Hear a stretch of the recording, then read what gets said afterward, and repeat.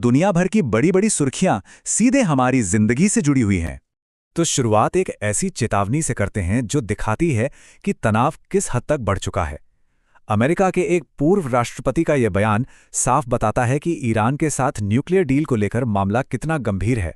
लेकिन ये सिर्फ एक बयान नहीं है, यही तो उस पूरे संघर्ष की जड़ है जो मिडिल ईस्ट में तनाव बढ़ा रहा है, जिसमें ईरान, अमेरिका और इजराइल ये तीन बड़े खिलाड़ी हैं। इस संघर्ष को चलते हुए 34 दिन हो चुके हैं, लेकिन हाल ही में जो हमले हुए हैं उन्होंने इसे एक बहुत ही खतरनाक मोड़ पर लाकर खड़ा कर दिया है। मतलब ये लड़ाई अब सिर्फ जंग के मैदान तक ही सीमित नहीं रही। हमले अब पुलों जैसे सिविल इंफ्रास्ट्रक्चर से लेकर ईरान के 106 साल पुराने पास्चर इंस्टीट्यूट तक को निशाना बना रहे हैं। और जवाब में ईरान ने भी बहरीन में अमेजन के ऑफिस पर हमला कर दिया और माइक्रोसॉफ्ट, एप्पल, गूगल जैसी बड़ी टेक कंपनियों को भी धमकी दी है। तो ये अब एक इकोनॉमिक और साइबर वॉर का रूप ले चुका है। लेकिन इस रीजनल कॉन्फ्लिक्ट का असर सिर्फ मिडिल ईस्ट तक ही नहीं है। इसका असर एक ऐसी जगह पे महसूस किया जा रहा है जो पूरी दुनिया की इकोनॉमी के लिए एक लाइफलाइन की तरह है। तो सवाल ये उठता है कि दुनिया के किसी दूसरे कोने में एक समुद्री रास्ते के बंद होने से भला क्या फर्क पड़ता है? जवाब है, बहुत बड़ा फर्क पड़ता है, क्योंकि ये दुनिया के सबसे जरूरी एनर्जी रूट्स में से एक है। ये जो हॉर्मुज़ जलडमरू मध्य है, ये एक संकरा सा समुद्री रास्ता है जहां से दुनिया की तेल सप्लाई का एक बहुत बड़ा हिस्सा गुजरता है। अब यहाँ किसी भी तरह की रुकावट का मतलब है ग्लोबल ऑयल मार्केट में सुनामी आ जाना, जिससे हर जगह कीमतें आसमान छूने लगेंगी। अब इस संकट से निपटने के लिए दुनिया के 60 से ज्यादा देश एक साथ आए हैं। भारत भी इसमें एक अहम रोल निभा रहा है और हमारे विदेश सचिव विक्रम मिश्री ने इस तनाव को तुरंत खत्म करने की मांग की है। इतना ही नहीं, भविष्य में ऐसी मुश्किलों से बचने के लिए भारत, मध्य पूर्व, यूरोप आर्थिक गलियारे जैसे नए तेल पाइपलाइन विकल्पों पर भी विचार किया जा रहा है।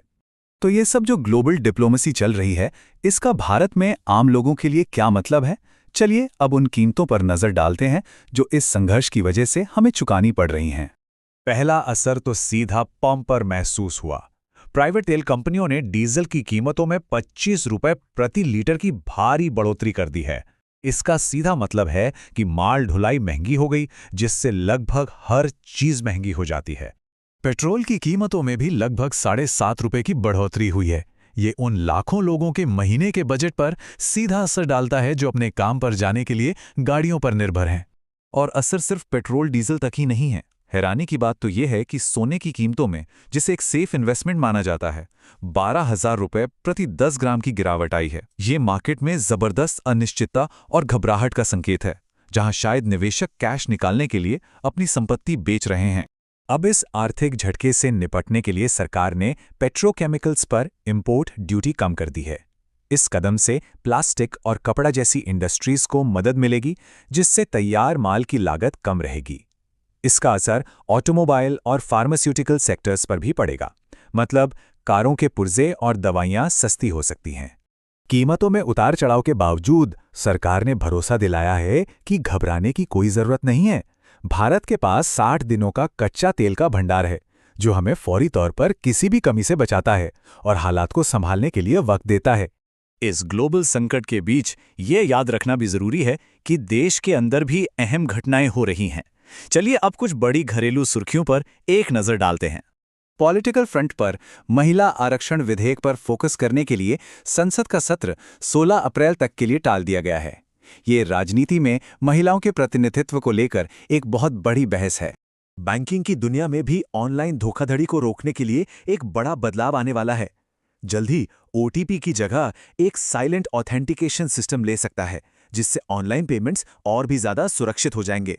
और पर्सनल टेक की बात करें तो व्हाट्सएप एक नया फीचर ला रहा है। अगर किसी के पास प्रोफाइल तस्वीर नहीं है तो ऐप फोन की एड्रेस बुक से उनकी तस्वीर दिखाएगा। सरकारी सेवाओं को भी बेहतर बनाया जा रहा है। इनकम टैक्स डिपार्टमेंट ने कर साथी नाम के एक एआई असिस्टेंट के साथ एक नई वेबसाइट लॉन्च की है, जिसका मकसद टैक्स पेयर्स के लिए जानकारी पाना आसान बनाना है। तो मिडिल ईस्ट के संघर्ष से लेकर भारत में टेक अपडेट्स तक, इन सभी अलग अलग घटनाओं को एक साथ देखने पर हमें क्या पता चलता है? ये पूरी बात ये दिखाती है कि कैसे एक ग्लोबल संघर्ष एक शिपिंग लेन को रोकता है, जिससे भारत में पेट्रोल डीजल की कीमतें बढ़ती हैं, जो बदले में इंडस्ट्रीज को प्रभावित करता है और आखिर में आम लोगों की रोजमर्रा की जिंदगी पर असर डालता है। हर चीज एक दूसरे से जुड़ी हुई है। ये हमें इस सवाल पर सोचने के लिए मजबूर करता है कि किसी की रोज की जिंदगी का कितना हिस्सा हजारों मील दूर होने वाली घटनाओं से तय होता है। हमारी आपस में जुड़ी इस दुनिया में कोई भी घटना असल में सिर्फ लोकल नहीं होती।